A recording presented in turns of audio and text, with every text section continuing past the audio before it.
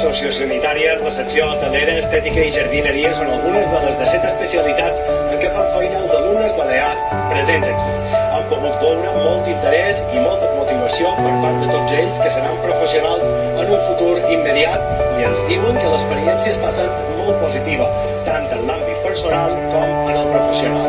Els objectius d'aquesta competició són impulsar i difondre la formació professional, motivar els alumnes i posar en valor la feina dels professors, coordinadors i orientadors.